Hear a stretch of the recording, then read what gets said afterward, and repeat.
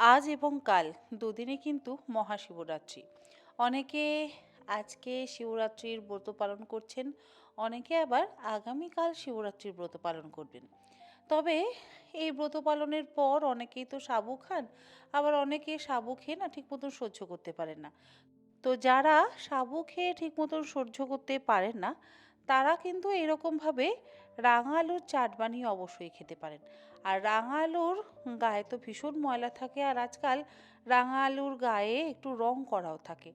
তো সেই খোসাটা যাতে সহজে উঠে যায়, সেই জন্য অল্প একটু লবণ রাঙালুর মধ্যে নিয়ে, মানে রাঙালুর গায়ে ভালো করে মাখিয়ে একটু ভালো করে ঘষে নিলেই কিন্তু খোসাটা বেশ ভালোভাবে উঠে যায়। তারপর ৩-৪ বার জল বদলে বদলে ধুয়ে নিতে হবে।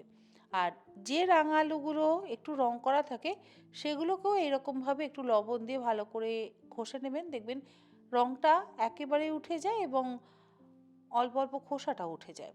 যাই হোক, এবারে আমি এই রাঙালুগুলোকে প্রেসার কুকারের মধ্যে দিয়ে সেদ্ধ করে নেব। প্রেসার কুকার ছাড়া আপনারা চাইলে বাটিতে জল দিয়ে অবশ্যই সেদ্ধ করতে পারেন, তবে প্রেসার কুকারে সেদ্ধ করলে সময়টা কম লাগবে, বাটিতে সেদ্ধ করলে একটু সময়টা বেশি লাগবে। অনেক সময় দেখা যায় প্রেসার কুকারে সেদ্ধ করতে গেলে ঠিক মতন বোঝা যায় না, ভেতরটা শক্ত থেকে যায়, আবার বাইরেটা একটু নরম বেশি হয়ে যায়।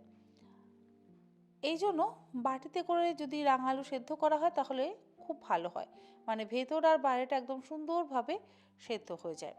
প্রেসার কুকারে ভেতরটা যদি একটু নরম করে সেদ্ধ করতে হয়, তাহলে বাইরেটা কেমন যেন একটু ফাটা ফাটা হয়ে যায়।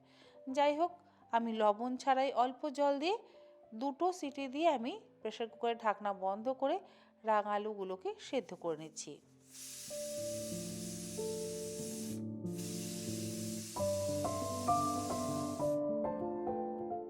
রাঙা আলু সেদ্ধ করে নেওয়ার পর এবারে আমি প্রেসার কুকারের ঢাকনাটাকে খুলে নিলাম। তারপরে সেদ্ধ করে নেওয়া রাঙা আলুগুলোকে তুলে একটা আলাদা পাত্রের মধ্যে রেখে ঠান্ডা করে নেব।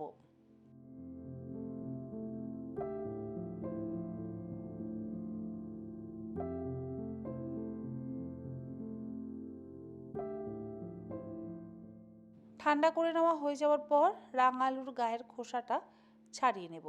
তবে আপনাদের যদি ইচ্ছে হয় আপনারা খোসা ছাড়াতেও পারেন, আবার ইচ্ছে না হলে খোসা না ছাড়িয়েও এই চাট বানাতে পারেন। খোসাতে কিন্তু যথেষ্ট পুষ্টিগুণ আছে, তাই খোসা না ছাড়িয়ে যদি অল্প একটু লবণ দিয়ে খোসা সমেত রাঙা আলু সেদ্ধ খাওয়া হয়, তাহলে সেটা স্বাস্থ্যের পক্ষে ভীষণই ভালো। আমি একটু এরকম চাকা চাকা করে কেটে নিলাম। আপনারা আপনাদের নিজেদের পছন্দ মতন শেপ আর সাইজের করে রাঙালুগুলোকে টুকরো করে কেটে নেবেন। কিছু চাকা করে কাটলাম, কিছু এরকম চৌকো টুকরো করে কেটে নিলাম। আর চাটের জন্য একটা মশলা তৈরি করব। তার জন্য ফ্রাই প্যানের মধ্যে দিয়ে দিলাম 1 চা চামচ পরিমাণে গোটা জিরে। তার সাথে দিয়ে দেব 1 টেবিল চামচ পরিমাণে গোটা ধনে, ওই 1/4 চা চামচ পরিমাণে জোয়ান, আর দেব 2টো শুকনো লঙ্কা। এই 4টে উপকরণ ড্রাই রোস্ট করে নেব।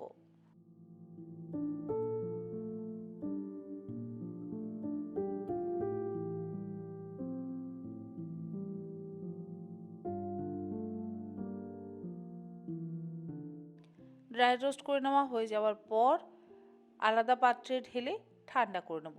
ঠান্ডা হয়ে গেলে মিক্সির বাটির মধ্যে দিয়ে একদম মসৃণ করে গুঁড়ো করে নেব।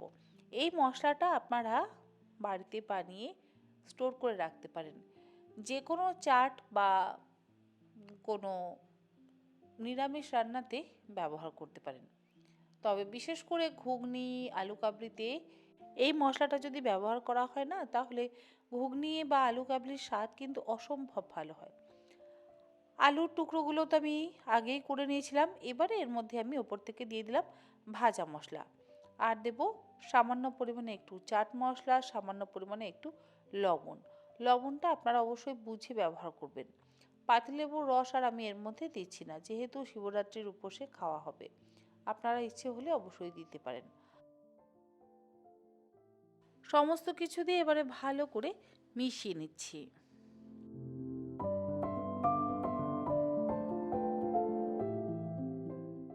সব কিছু দিয়ে মেশানো হয়ে যাওয়ার পর এবারে ওপর থেকে দিয়ে দেব অল্প একটু কুচিয়ে নেওয়া শশাগুলোকে আমি লম্বা লম্বা করে কুচিয়ে নিয়েছি। তার সাথে দিয়ে দেব অল্প একটু আনারদানা বা বেদানা, আর দেব অল্প একটু ধনেপাতা কুচি। একটা কাঁচা লঙ্কা কুচিও ওপর থেকে দিয়ে দিলাম। এবারে সমস্ত কিছু একসাথে ভালো করে মিশিয়ে নিলেই আমাদের রাঙালুর চাট কিন্তু একদম তৈরি। আশা করি আমার আজকের এই রেসিপি আপনাদের ভালো লাগলে আপনারা এরকমভাবে রাঙা আলু বা মিষ্টি আলুর চাট বানিয়ে অবশ্যই খেতে পারেন। আর বিশেষ করে পুজোর স্পেশাল দিনগুলোতেই আপনারা অবশ্যই এই রেসিপিটা বাড়িতে বানিয়ে খেতে পারেন। আজকের মতন এই পর্যন্ত। আপনারা সকলে ভালো থাকবেন, সুস্থ থাকবেন। ধন্যবাদ।